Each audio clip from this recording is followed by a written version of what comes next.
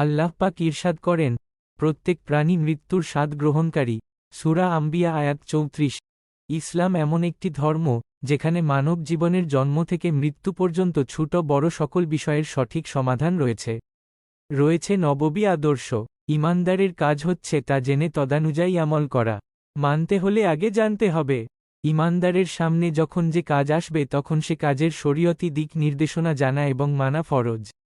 একজন মুসলমান যখন মারা যায় বরং যখন মৃত্যু শয্যায় শায়িত হয়, তখন তার প্রতি কি করণীয়, তাকে কিভাবে গোসল দেয়াতে হবে, কাফন দাফন কিভাবে করতে হবে, খাটলি কিভাবে উঠাতে হবে, জানাজার নামাজ কিভাবে আদায় করতে হবে, কিভাবে ইসালে সওয়াব পাঠাতে হবে, কি করণীয় আর কি বর্জনীয় ইত্যাদি বিষয়ের সরই পদ্ধতি জানা খুবই জরুরি ব্যাপার।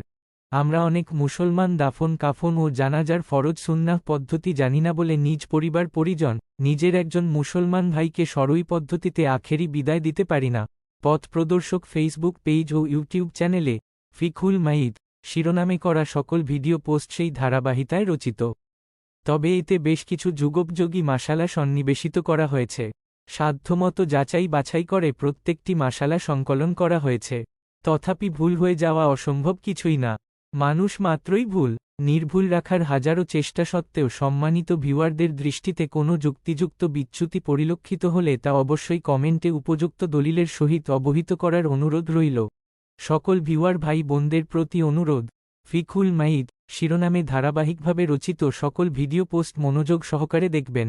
আশা করি সকল পোস্ট মনোযোগ সহকারে দেখলে মাইদ সংশ্লিষ্ট কোনো বিষয় নিয়ে কারো মনে কোনো সন্দেহ বা সমস্যা থাকবে না। পরবর্তী সকল ভিডিও ধারাবাহিকভাবে পেতে হলে ফেসবুক পেজে লাইক দিয়ে ও ইউটিউব চ্যানেল সাবস্ক্রাইব করে সাথেই থাকুন। জাযাকাল্লাহু খায়রান।